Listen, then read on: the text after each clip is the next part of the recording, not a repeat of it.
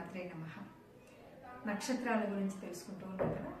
మరి ఈరోజు 4వ నక్షత్రం రోహిణి నక్షత్రం. రోహిణి నక్షత్రం మనకి వృషభ రాశిలో ఉంటుంది.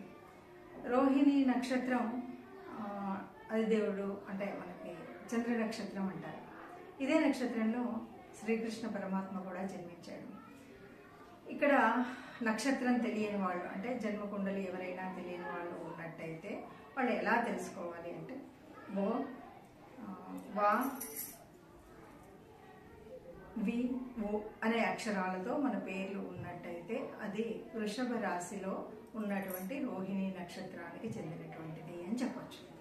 వీరు మనుష్య గణానికి చెందినటువంటి వాళ్ళు, ప్రేమ గుణం కలిగినటువంటి వాళ్ళు, పుట్టుకతో కొంత ఉన్నతమైనటువంటి స్థితి అంటే ఆర్థికంగా ఉన్నతమైనటువంటి స్థితిలో ఉండేటువంటి వాళ్ళు, ప్రేమ గుణం కలిగినటువంటి వాళ్ళు, ఎవరు ఏది అడిగినా కూడా ప్రేమతో ఇవ్వగలిగినటువంటి స్థితి ఉండేటువంటి వాళ్ళు మనకి రోహిణి నక్షత్రంలో ఉంటారు.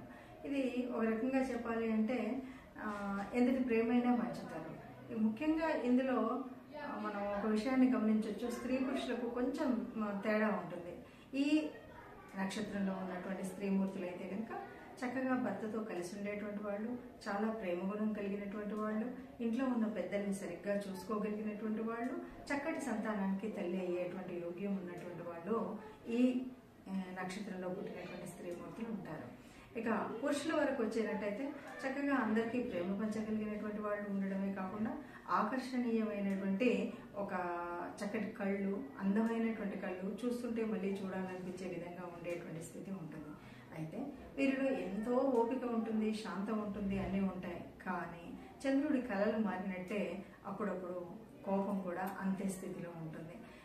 ముఖ్యంగా మనకి ఎలా ఉంటుంది అంటే పౌర్ణమి దగ్గరగా వస్తున్నటువంటి వేళల్లో వీరి యొక్క శక్తి ఇనుమడించినట్టుగా చక్కటి చైతన్యంతో వాటితో ఉంటూ ఉంటారనమాట. తదుపరి కాలంలో కొద్దిగా నీరసంగా నిస్సత్వంగా ఉండడం అనేటువంటిది ఈ రాశిలో ఉన్నటువంటి ఈ నక్షత్రంలో, ముఖ్యంగా రోహిణి నక్షత్రంలో ఉన్నటువంటి వారిని మనం చూడగలుగుతాం. ఇక్కడ రోహిణి అంటే ఇది మనకు ఏంటి అంటే రాశి యొక్క అధిపతి ప్లస్ నక్షత్రం యొక్క అధిపతి, ఈ రెండు కూడా ఉంటాయి. ముఖ్యంగా ఈ అధిదేవుడు ఎవరయ్యా అంటే బ్రహ్మదేవుడు. అలాగే మనకి ఇందులో కనిపించేటువంటివి ఏంటంటే చంద్రుడి యొక్క రూపురేఖలు ఎలా మారుతూ ఉంటే అలాగా వీళ్ళల్లో కూడా కొద్దిగా అంటే ఈ షోడశ కళలు చూపెడుతూ ఉంటారు అంటారు కదా, అలాగే వీళ్ళల్లో అలా ఉండడం ఉంటుంది. ముఖ్యంగా ఈ రాశి వారికి ఉన్నటువంటి ఒక ప్రత్యేకమైన గుణం ఏమిటి అంటే వీళ్ళు ముఖ్యంగా తల్లి అంటే చాలా ఇష్టంగా ఉంటారు. తల్లి మాటను జవదాటని బిడ్డలుగా, స్త్రీలవని పురుషులవని తల్లి మాటకు అంత విలువిస్తారు. తల్లి అంటే ప్రేమ ఉంటుంది. తల్లితో చాలా అనుబంధం, అనురాగం అనేటువంటివి చాలా ఎక్కువగా ఉండేటువంటి రాశి ఎవరైనా ఉన్నారా, నక్షత్రం ఎవరైనా ఉన్నారా అంటే కేవలం రోహిణి నక్షత్రం వాళ్ళే అని చెప్పచ్చు. అంటే యశోదమ్మని ఎంత అల్లరి పెడుతూ ఎంత ప్రేమగా ఉన్నాడో శ్రీకృష్ణుడు, అంతకంటే ఎక్కువగా ఇక్కడ మనకు కనిపిస్తారనమాట. అమ్మ మాట జవదాటని బిడ్డల్లాగా ఉండేటువంటి వారు రోహిణి నక్షత్రంలో ఉంటారు. అయితే ఏమిటంటే వీళ్ళల్లో ఎప్పుడైనా ఎక్కడైనా ఆర్థిక వ్యవస్థలో కొద్దిగా ఇబ్బంది కలుగుతుంది. అందరినీ నమ్ముతారు, అందరితో ఉంటారు, కానీ కొన్నిసార్లు వారి చేతులలోనే మోసపోయేటువంటి స్థితి ఈ నక్షత్రం వాళ్ళకి ఎక్కువగా కనిపిస్తూ ఉంటుంది. అలాగే మనకు ఆర్థిక వ్యవస్థలో కానీ ఇంకెక్కడైనా కానీ మంచి చేద్దాం అనుకున్నప్పుడు కొన్నిసార్లు చెడు ఎదురవ్వడం అనేటువంటి స్థితి కూడా మనం చూస్తూ ఉంటాం ఈ నక్షత్రంలో పుట్టినటువంటి వారి స్థితి.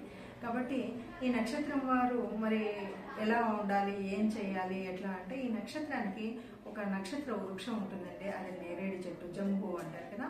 ఆ నేరేడు చెట్టు ఎక్కడైనా మన దేవాలయ ప్రాంగణంలో కానీ ఎక్కడైనా ఉంటే కనీసం మన పుట్టినరోజులు అలా ఉన్నప్పుడు అంటే ఏదైనా ఇంట్లో ఏదైనా మనం ఒక కార్యం చేయాలి అనుకున్నప్పుడు ఆ నేరేడు చెట్టు చుట్టూ కనుక ప్రదక్షిణలు చేసినట్టయితే మన చుట్టూ ఉన్నటువంటి ఆచీకాకులు, చింతలు, ఏదైనా సమస్యలు ఉన్నట్టయితే కొంత పోయేటువంటి అవకాశం ఉంటుంది. కాబట్టి అదొక మనం పరిహారం కింద చేసుకోవచ్చు అని చెప్పచ్చు.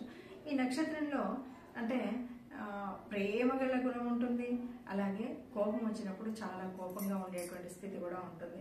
అంటే రెండు రకాలైనటువంటి హెచ్చుతగ్గులు మనకు కనబడేటువంటివి. ఆర్థికంగా బాగుంటారు, సంతోషంగా ఉంటారు, ఆనందంగా ఉంటారు, కుటుంబాన్ని బాగా చూసుకుంటారు. ఈ లక్షణాలన్నీ కూడా మనకు రోహిణిలో ఉంటాయి.